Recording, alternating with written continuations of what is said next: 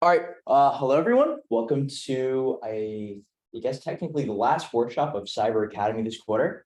I'm pretty excited to talk about this. Play a little bit. Software verification is something I've been getting to a lot recently, so I'm hoping to share all of what I've learned with you guys. Hope you guys find it pretty cool. But before we do that, a quick set of announcements. We have a pretty interesting talk by Alex next week, teaching us about ROC. So make sure to come do that. Next week, we also have a really exciting career panel as a collaboration between us and Society of Women Engineers. Definitely want to come check it out. You'll hear a lot of great industry professionals about cybersecurity. It's really awesome there. And of course, we have the Cyber Lab Symposium at the end of the quarter. That's really exciting. A lot of the people working in Cyber Lab on their projects are excited to show you what you worked on. So be sure to come out to that as well. Just a quick comment on the format of today. We have a pretty small audience. I'm pretty happy with that. So we can keep it flexible. So if you have any questions anytime, just raise your hand. Don't fall asleep and let me know.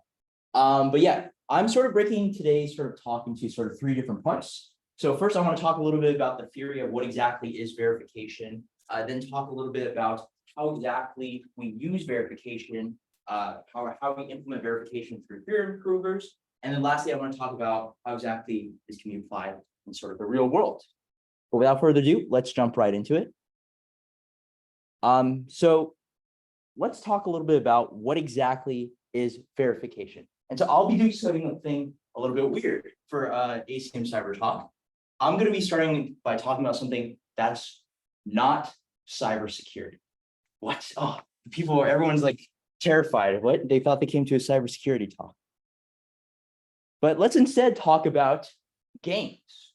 Who here likes games? Anyone? I think everyone. Super text card. Pretty fun, pretty fun. I'm a chess person myself, but I think you're ready to do that. Why are we talking about games? Not to rip off ACM Studio at all. Well, let's first make a distinction on what kinds of games we're talking about. Unfortunately, we'll be not talking about games like League of Legends, a lot of, action-packed games or like that, but we'll be talking about games more like chess. And so I guess we'll sort of start off by asking, can anyone tell me, what do you guys think is the difference between these sort of two types of games? Anyone want to take a stab at it? Bueller, anyone? One's more toxic. Well, arguably both are pretty hard, so you could argue both. Anyone else? Any other guesses? Oh, strictness of the rule is very interesting. There's something related to that. We'll talk. One of them's turn-based. One of them is turn-based. I suppose that's true. Yes, but that is one difference. Anyone else? Anyone in the chat? Anyone? Well, one is more strategy-based and the other one's more fighting-based. That's a very interesting observation as well. But there's actually a couple different ways to classify games and types of these sort of problem sort of systems. So on one axis, we have the amount of information players have within a particular game. And on the other axis, we have the sort of type of outcomes we have in the game. So on one axis, we have stochastic and deterministic. So what stochastic means is that there's like a level of probability involved. The outcome is not always sort of, perfect every single time. Whereas in deterministic games, the outcome is always determined at the end. And in perfect information games, players know exactly what the other players in the game are doing. While in imperfect information games, players don't know what sort of is going on. So as you can sort of see, chess is an example of a deterministic perfect information game, and you have stochastic imperfect information games like bridge, poker, as you sort of see here on the board. So why are these sort of important? Well, I think we'll try and focus on the sort of right-hand side over here, these sort of deterministic games and how we sort of try to solve them from there. So let's start off with perfect information deterministic game, Sudoku. Does anyone know the rules of Sudoku? Anyone? Bueller, anyone? I can only make the Bueller joke so many times. Rose pen. You put numbers on the board, and then if the Sudoku software is like highlighted red, then you delete it. That's pretty good. That's pretty good. Not bad, not bad. Anyone else?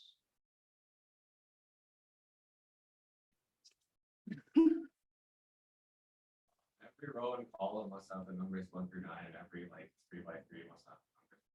Okay, so you just said two different restrictions, which are actually very interesting. So Sudoku, right? You are sort of like can place numbers wherever you want, but there are certain restrictions on sort of how to or where exactly and what exactly you're allowed to put. You aren't allowed to put the same number in the same row. You're not allowed to put the same number in the same 3 by 3 box, and that's sort of important because that is these sort of rules, right? These sort of restrictions are the way we are able to solve Sudoku, right? We go by process of elimination to sort of figure out where exactly the sort of numbers where they can fit in, and eventually we'll fill out the rest of the board.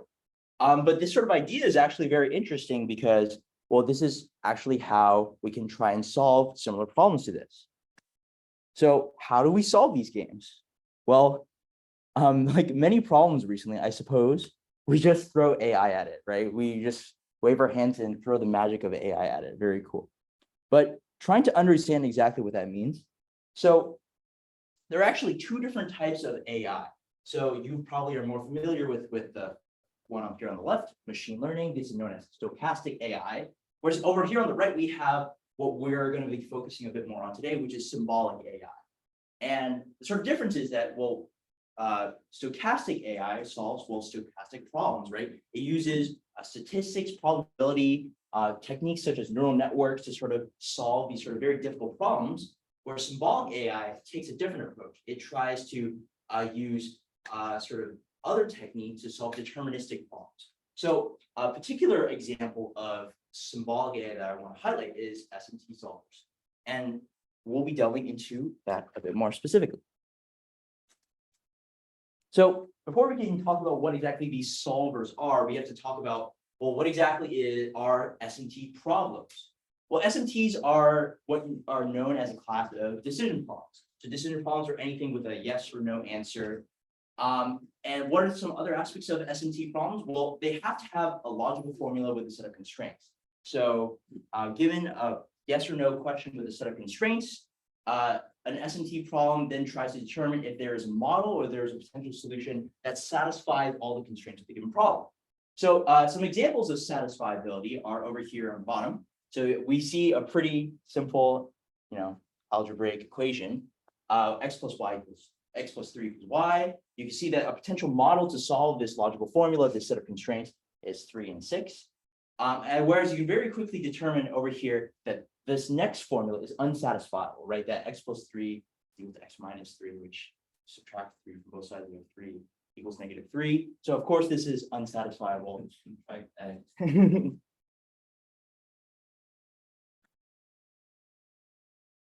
And briefly to talk about some different types of problems as well.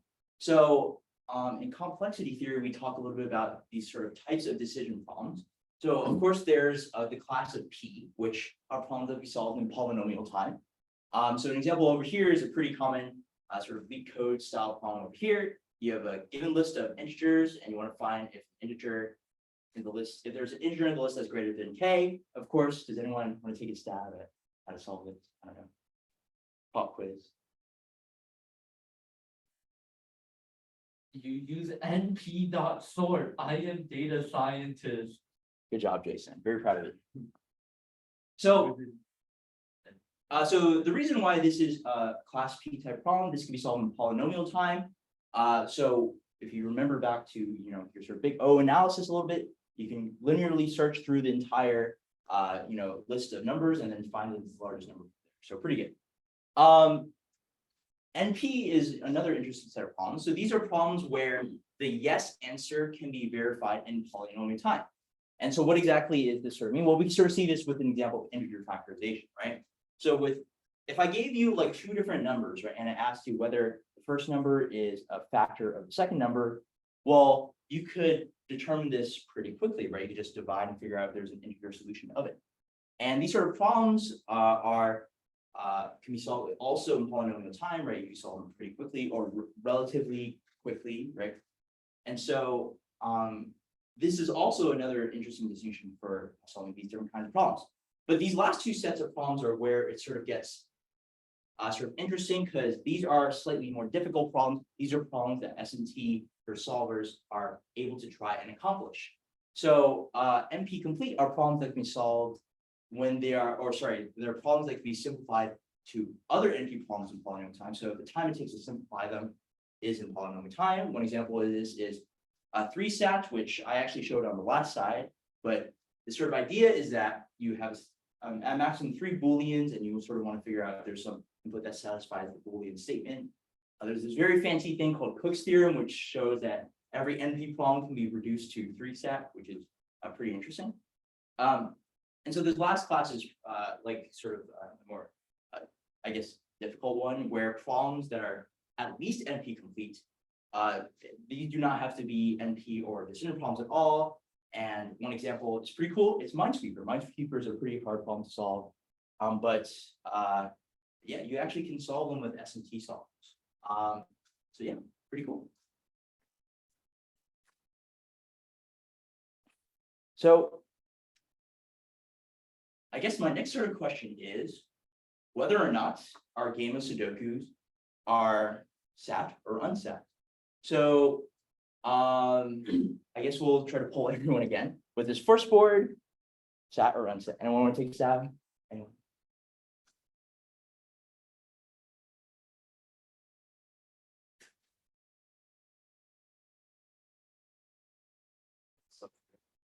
It looks okay. Okay, pretty good. What about this middle one over here? Is this SAT or unsat? We have 2 9s, it's just not possible. Okay, right. So you guys are able to figure out pretty quick. This is unsat because one rule is sort of violated pretty quickly over here in this bottom left-hand corner, that there are 2 9s in this Sudoku box. What about this one on the right?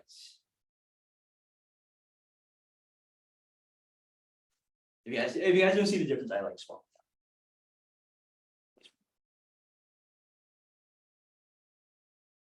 So yeah, so there's a lot of silence. I think you guys sort of figured out from science that, well, to figure these out pretty quickly is kind of hard, right? Like for some cases, you can determine whether or not constraints are sort of violated pretty quickly by sort of eyeballing it, or maybe say eyeballing saying it's okay. But as you sort of go along, right, determining whether or not it's actually violates the constraints or not is a little bit tricky.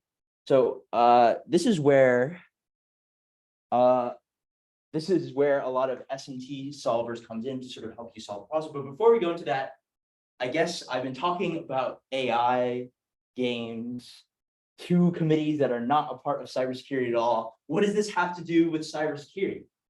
So this is actually pretty cool.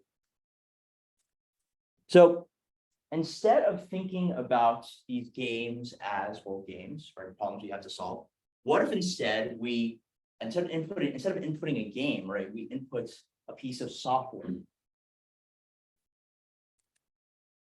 And what if sort of we can take this piece of software instead of proving whether or not the game is solvable or not, what if we can prove that our code is in fact secure? So there's here's a few examples of what some of the applications of S&T solvers are, and sort of this we'll highlight a couple of them throughout the rest of the presentation. But as you sort of see, reverse engineering is sort of a big class where S&T solvers can sort of be applied. Since everyone has been coming here to Cyber Academy, does anyone want to explain how reverse engineering problems sort of work? I want to take a stab on how to.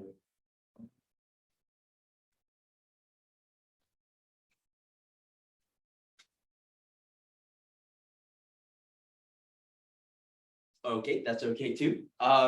So I mean, like as you guys might remember, reverse engineering problems, you commonly have a program that has, guess what, a set of constraints, and you have to figure out what exactly the input for the program is.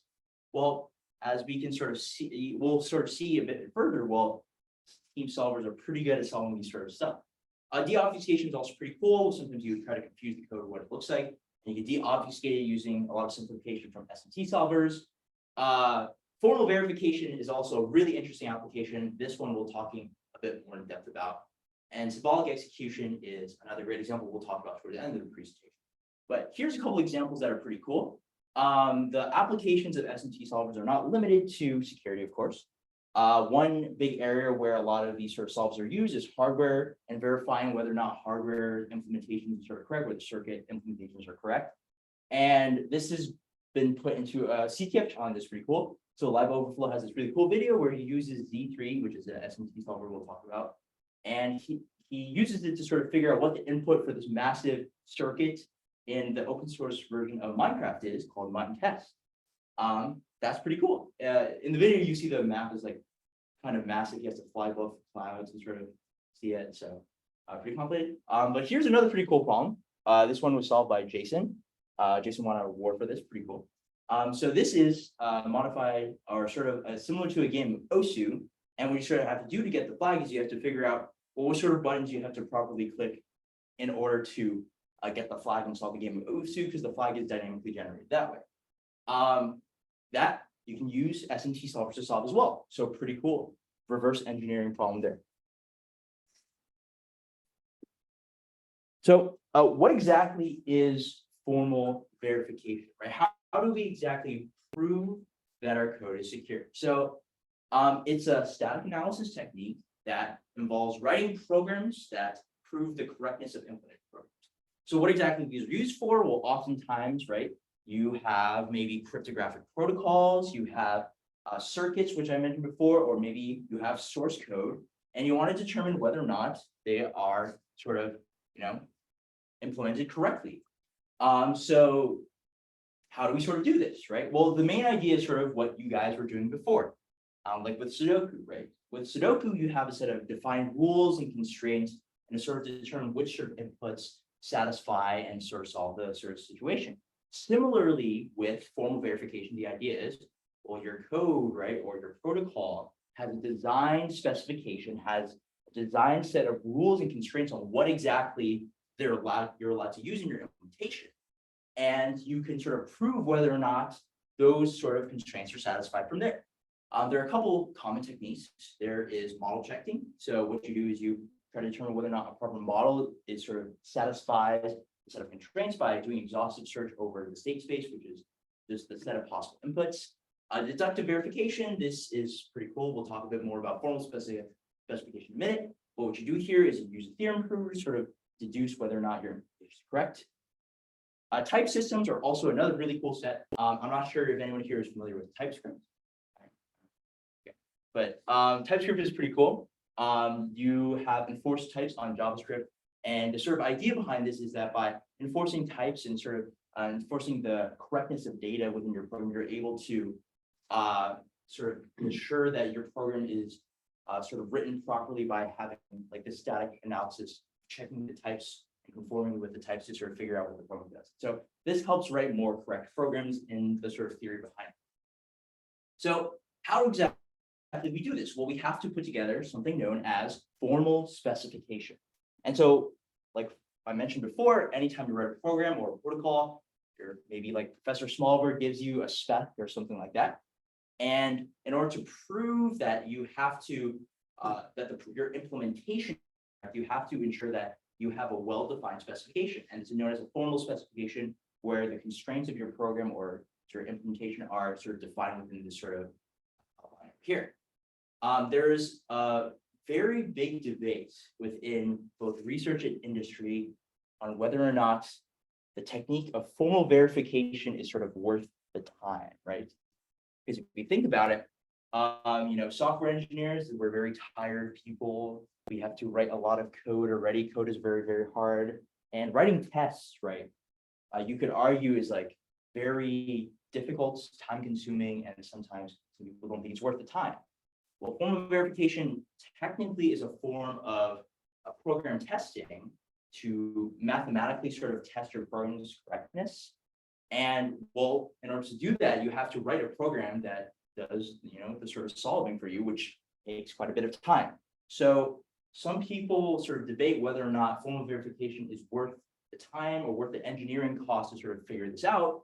The security costs, because, well, takes a lot of time to sort of write these sort of programs to verify it. So I wanted to do a quick aside on the halting problem.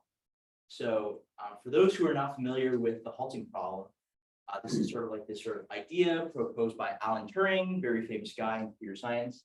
So the sort of idea behind the halting problem is, given a program P and some input I, will the program halt? And the idea is to sort of whether or not you can design a program to sort of determine whether this other program sort of halts.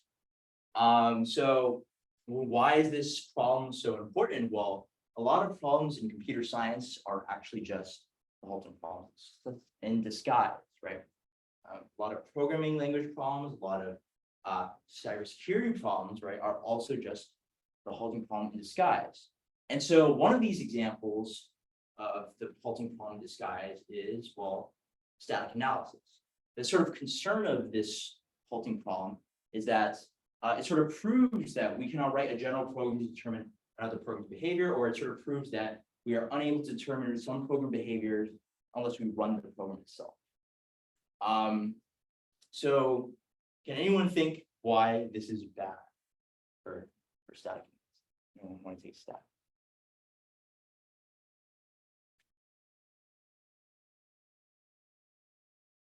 It proves that it's literally impossible to find every bug. Right. And so, as security people, right, it should make us sad, right? We're very sad that, we want our programs, checking the security of programs to be very good and figure out everything.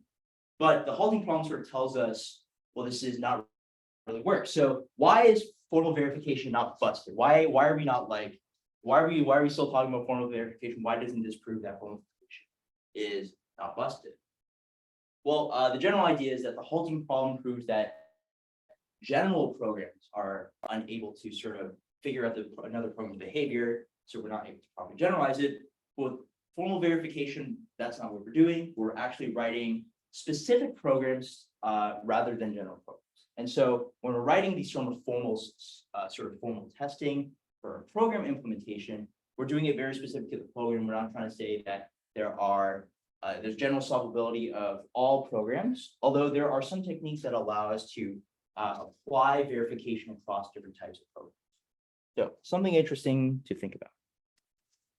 So here's a pretty cool, oh gosh, the text is not very big, unfortunately, but here's a pretty cool implementation. I will give credit to Jason for putting this together.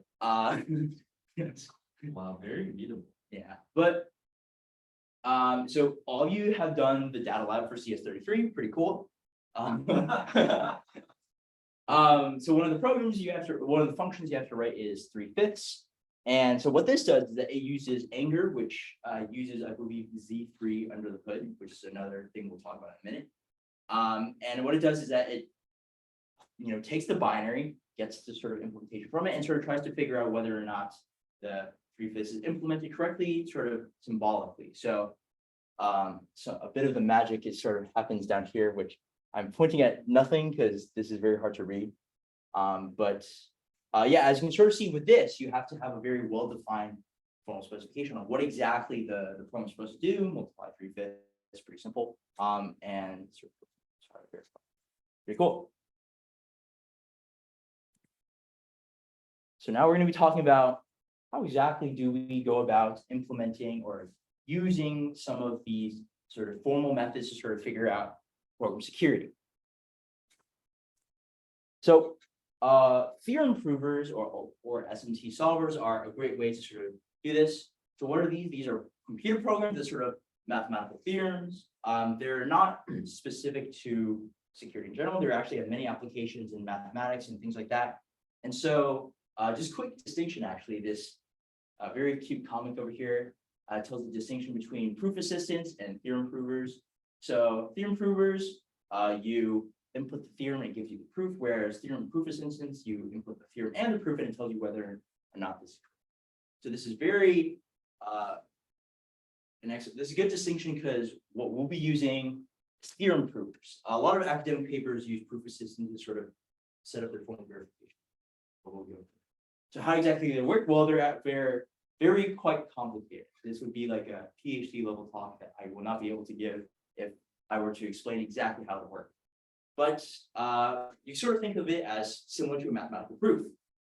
There's a lot of common techniques that sort of help figure it out, like implementing intelligent search. You try to look for a solution in an effective way, or you use deductive reasoning. And there's a common set of logic that are often. So there's propositional logic. If you're familiar with like long Boolean statements, if you've taken M150, M51A, well, in Boolean statements, right, you have there are common techniques to try to simplify them. One example is Carnot maps. You could use this technique to sort of simplify your overall Boolean statement to sort of make it a bit more clear on how exactly what inputs satisfy sort of circuit. There's also something called first order logic. So these take quantifiers. Quantifiers are anything that give value to something, and use a couple techniques such as unification and resolution to sort of figure out how everything is sort of related to one another. So unification is sort of like this. You have a couple original statements: Socrates is man, all men are mortal. And sort of what you could do with unification is you're trying to take two sort of terms or expressions and sort of make them identical. And so sort of here with these two expressions, you can say, well, Socrates is mortal. Resolution is taking a set of initial premises and axioms, and your idea is you want to use techniques like unification to sort of prove a contradiction between them. So we have a set of original statements here: all dogs are mammals, all mammals have hair, no animal with scales has hair.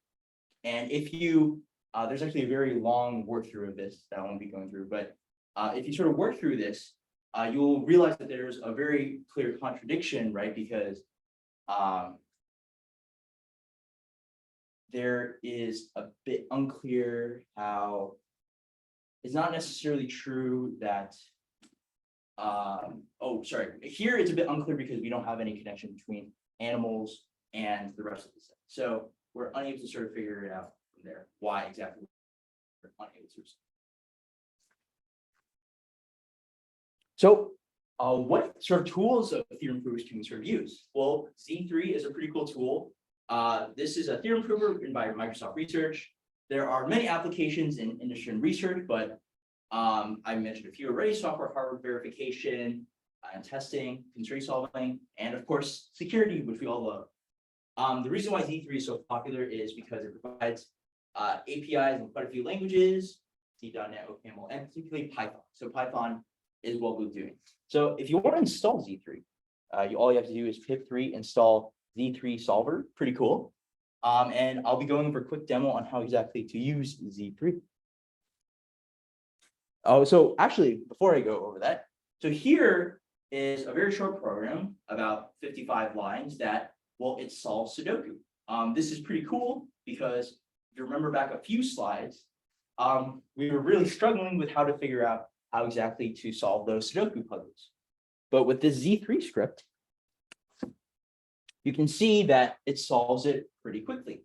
So as you can see with the first example, it's able to solve that. It's satisfiable because, well, there's a solution of it, right? The only way to search for whether a solution is to find the solution itself. And you sort of see that these two are unsat. We were able to figure out the 9-9 restriction contradiction over here, but over here, it's able to solve it a bit more in depth to sort of prove that, oh, well, this is not solvable. Because Benson didn't do a good job swapping the 9, so not solvable. So unfortunate. But with that, let's do a quick demo from this pretty cool challenge from LACTF. If you guys want to follow along, is that are the challenges up? No. Okay. Sorry. Yeah. Yes, if you want to follow and go to platform.lac. Oh yeah, platform.lac.tf.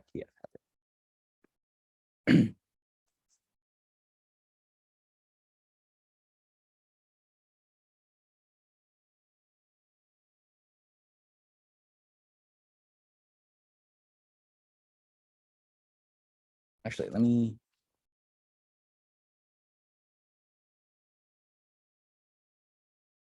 let me share my screen.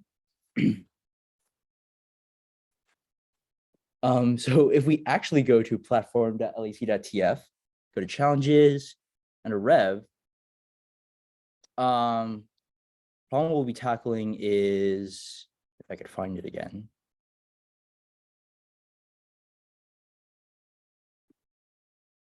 Oh, universal right over here.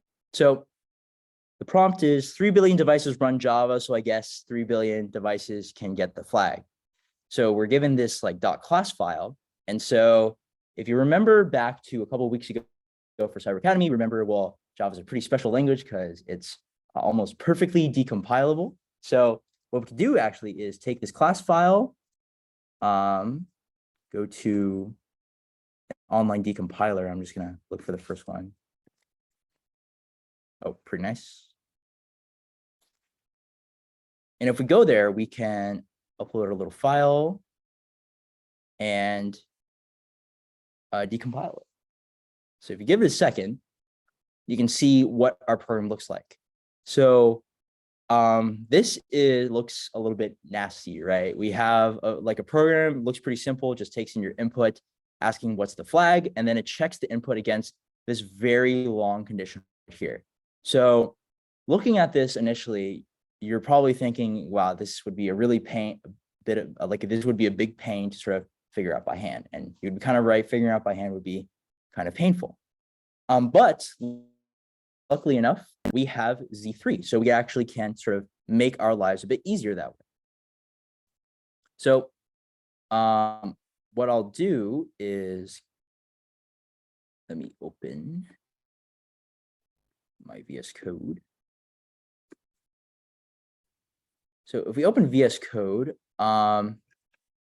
what we can do is start importing Z3. So is this big enough for everyone, or I can make it a little bigger?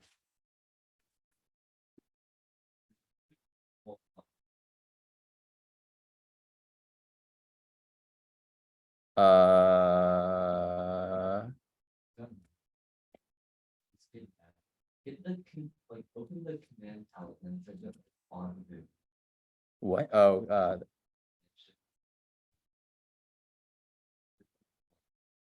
you have no key binding for L. Keep doing. okay, I'll just zoom in normal. Jason can make fun of me. It's fine. All right. So we can import. Oh, if anyone wants me to go slower, I can. From Z3, import star. And so Z3 has this very nice thing called the solver. So we're just going to create an instance of the solver class. And in order to pass into the solver, we need it to sort of fill out something. So we needed to fill out a flag. And our flag, if we go to sort of the source code, we can see that the first check is that the flag is 38 bytes long, or 38 characters long.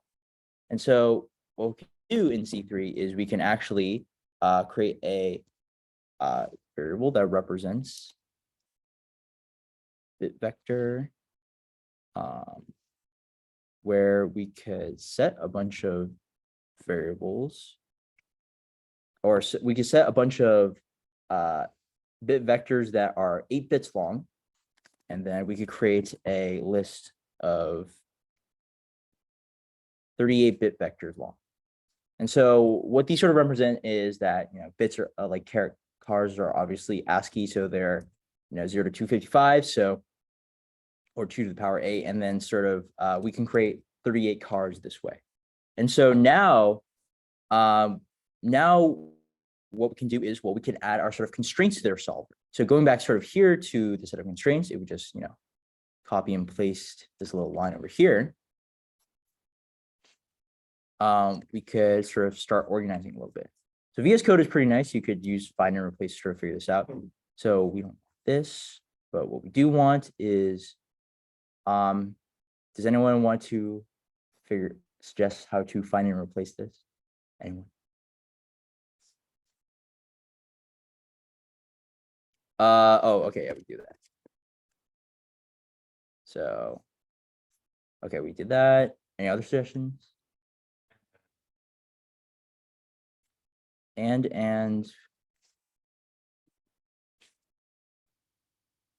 So I'll say let's try to take and put it on a new line. So I'm going to do it this way. So I'm going to take this little guy and put it on. Okay, pretty good. So now all of our constraints on a new line. So how exactly are we going forward? Well, we're actually going to add all of these constraints to the solver by doing solver, or sorry. So we're going to replace all these parentheses with solver.add. And just going from there. Oops. See. Probably should do like this. And then replace all of them. Now we have solver to add, and then at the end of each thing where we have a new line, or actually very funny enough, we can. So what to do? I'm going to add it in manually because I'm bad. Oh. Bruh.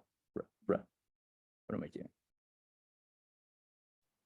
Oh, I'm trolling. Wait, what?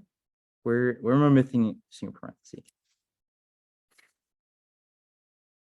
Am I trolling? Where am I missing a parenthesis? Bruh.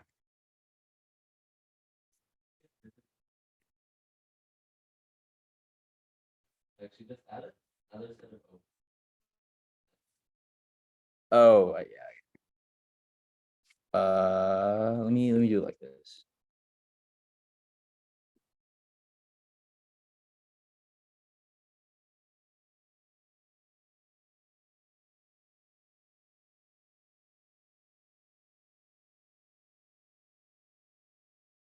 Oh, what am I doing? I'm trolling. Sorry. So I can be precise. Doesn't matter. Okay, so now after I mess around a little bit, we can actually do this. Is there?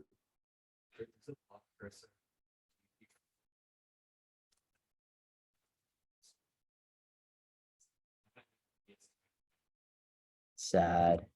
It's like I think it's like shift control.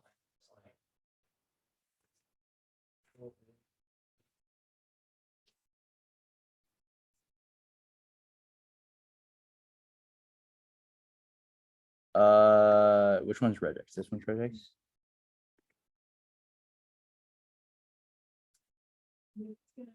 Oh, let me do like hex. So 0 through 9, A through F. Okay.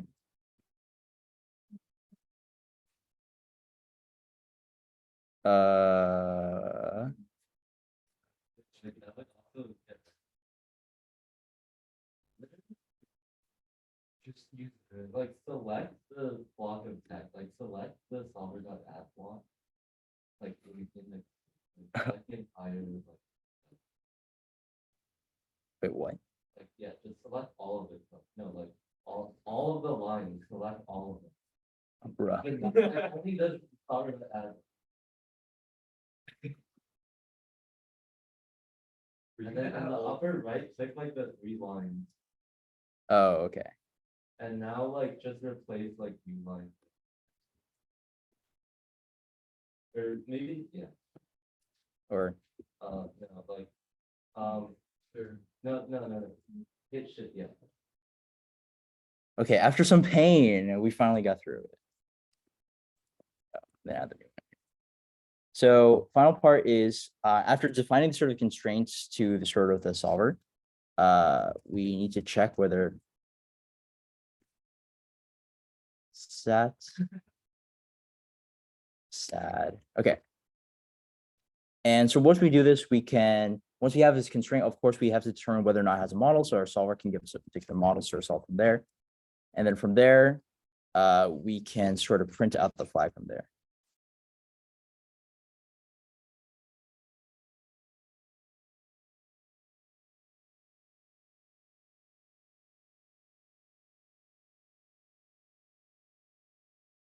All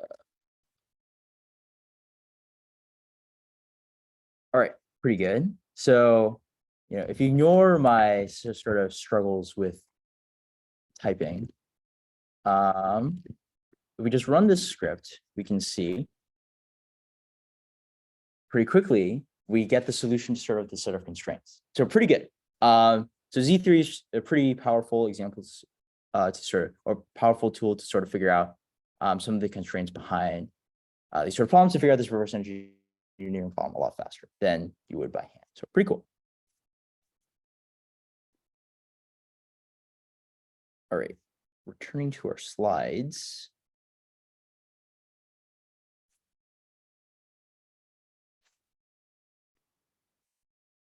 All right.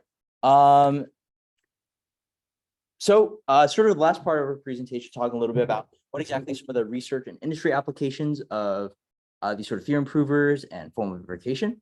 So there's some pretty cool, interesting research behind formal verification.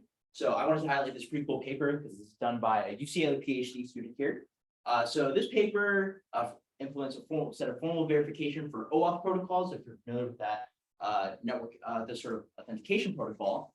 And these are pretty common because a lot of applications of formal verification sort of determine whether or not implementations of cryptographic or network protocols are sort of run properly.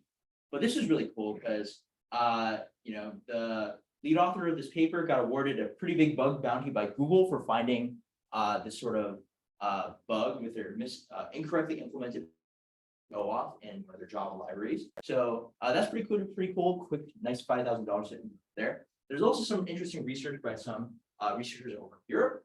They're trying to implement formal verification into the GCC sort of compiler, and so they implemented this CompCert compiler, which takes theorems written in Coq and tries to add them to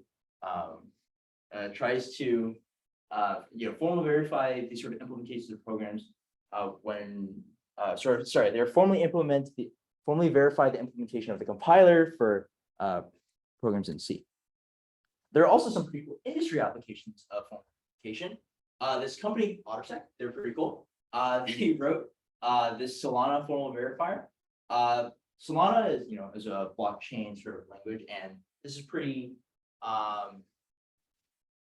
cool because like blockchain runs into some very interesting sort of sets of problems with formal verification. Like many programs, the smart contracts have a lot of similarities to normal programs, but obviously in some cases blockchain, you want to sort of figure out whether or not there's not only data type issues, but there's also whether or not some sort of transactional issues with the blockchain are sort of pretty cool.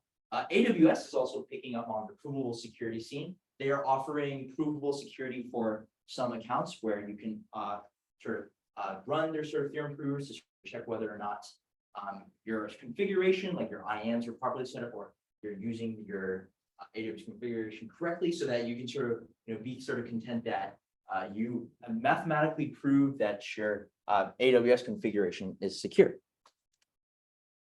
So another pretty interesting application of some of these sort of formal methods and theorem provers involve symbolic and concolic execution. Before we can talk about that, we must talk about what concrete execution is. And so when you have a program and you want to sort of test how it executes for specific inputs, maybe like type in an input of 1 or something, then the outputs are determined from there. You sort of understand the outputs from there. That's concrete execution. Symbolic execution is rather than testing for specific inputs, what you do is you test for symbolic inputs. So when you don't know the value, you assign it like a symbol, like a variable, and then what you do is you can sort of put these in theorem provers to get a set of constraints to sort of figure out these programs. Concolic execution combines both of these methods, which makes it particularly powerful. Obviously, in some cases of programs, you know some of the states of variables in the program. Sometimes you don't know the states of some other variables in the program. And what you sort of do with concolic execution is, let's say maybe you have a variable like maybe like a bounded loop or something, the number of times through a loop, or maybe you have certain other variables in the program, and you can sort of evaluate the program with knowing these variables at first. Then this allows you then to symbolically explore the program when you don't know certain values. And when you create these sort of symbols, then you can define a set of constraints. You can add them to a theorem prover like we talked about before. And the theorem prover can then solve these set of constraints, figure out some values or some model that satisfies those constraints, and then it could rerun the program again with some of the known values of variables solved yet again. So a pretty powerful tool, helps you sort of tackle these sort of problems. One tool that's pretty powerful in these sort of contexts is Anger. So this is a reverse engineering tool specific for binaries. It uses Z3 under the hood. It's written by Shellfish, the pretty cool CTF team, and some researchers over at UCSB. And this does concurrent execution, and it's been able to solve some CTF challenges and some other real world problems pretty quickly, because it's a very nice framework to sort of like solve. So pretty cool. I sort of want to end on a bit of an aside on a pretty hot topic right now, ChatGPT, when murmurs, the crowd murmurs, anticipation. So some of you before today probably have never heard of symbolic AI before, maybe, or I guess pretty cool. But machine learning is probably the more popular sort of framework for AI and intelligent agents of today. And sort of the history behind that is that when AI researchers and developers ran into very difficult problems like computer vision, natural language processing, they found that, well, it's not as deterministic, it's not as sort of easy to sort of map out like sort of the state space as it does for machine learning. And so in those cases, machine learning sort of takes the sort of precedent over those sort of problems. That's why we use computer vision algorithms and things like that. But the question sort of comes up is whether or not symbolic AI has symbolic AI, you may argue, lost the battle with machine learning. It's unable to solve some of these problems that these algorithms are able to implement. But why is symbolic AI useful? Well, as you guys probably know, as engineers, and when you're given an engineering problem, sometimes you don't know exactly what the entire problem set is, right? You don't know exactly the set of possible inputs. You don't know possibly the entire problem domain. And so in those cases, if you have a lot of available data, you might want to use machine learning. But oftentimes, if you're trying to improve the efficiency of a known space, maybe solving algebra equations or something like that, then maybe symbolic AI is faster and more direct solution than general machine learning. And so the question then comes to sort of security, right? Is security a deterministic or stochastic problem? Well, think about it from one way. In some places, right? Maybe you learn in programming languages that programming language has a defined sort of tree, right? They have like a syntax tree. They can sort of have sort of a deterministic set of outputs, right? You want your programs to be deterministic. Otherwise, well, they would be sort of bad programs. But there's some researchers with ChatGPT, they're sort of taking an approach on allowing this sort of new technology sort of apply to sort of some applications they want to work on. So one example is automated code repair. So what this is that you have a program that has some bug in it and you want to fix it automatically. There's a couple ways you can do it. You can do it symbolically, right? Because, well, there's a defined set of constraints. You want your program to satisfy a set of constraints to conform to the syntax. You can then solve possible input of the character sequence of the set of the constraints of the program. But also ChatGPT is pretty good at this because it uses transformers. It's very fancy sort of stuff where it's able to directly provide the next sequence and predict the next output of the sequence pretty efficiently as well. And so I guess we come to the final question I sort of have, or a couple set of questions with sort of this sort of presentation, is how do we know our programs are secure? How do we know? If I were able to solve this, I would be a millionaire, which would be very cool. But I hope that this sort of unsolved problem is something that everyone can take away. That some of the techniques from this presentation are pretty cool. We spent this whole quarter focusing on reverse engineering binary exploitation, a lot of cool techniques we learned. And sort of the goal of all of this is how do we make our programs more secure? Well, you could figure it out on the fly with dynamic analysis and things like that, or you could try some formal techniques as well and sort of see where that goes. So with that, that's the end of my little bit of a ramble. I hope everyone found that interesting. If anyone has any questions, feel free to raise your hand. But if you want to learn more about some of the cool stuff from this presentation, I recommend taking these classes. They're pretty cool. 161, this is sort of the basis of intelligent agents, how SMT solvers sort of work. So definitely take this if you want to understand some of that more in depth. Program analysis is a big application, as we sort of talked about, of these sort of SMT solvers. If you want to learn more about how program analysis works, then definitely take programming languages, pretty important. Compilers use a set of formal verification with type systems and things like that. So if you want to learn more about that, definitely take that class. And 188, secure computing systems, Professor Nader, also very cool. Talks a little bit about symbolic execution. Talk about that. Oh, that's right. He's teaching the graduate version of this only. Oh, it's ECE 188. My apologies. With that, that's the end of my little workshop. Thank you everyone for coming. I'm not sure if anyone has questions, feel free to ask them. But also go to platform.acmcyber.com if you want to solve a couple challenges. But thank you for coming. Really appreciate it.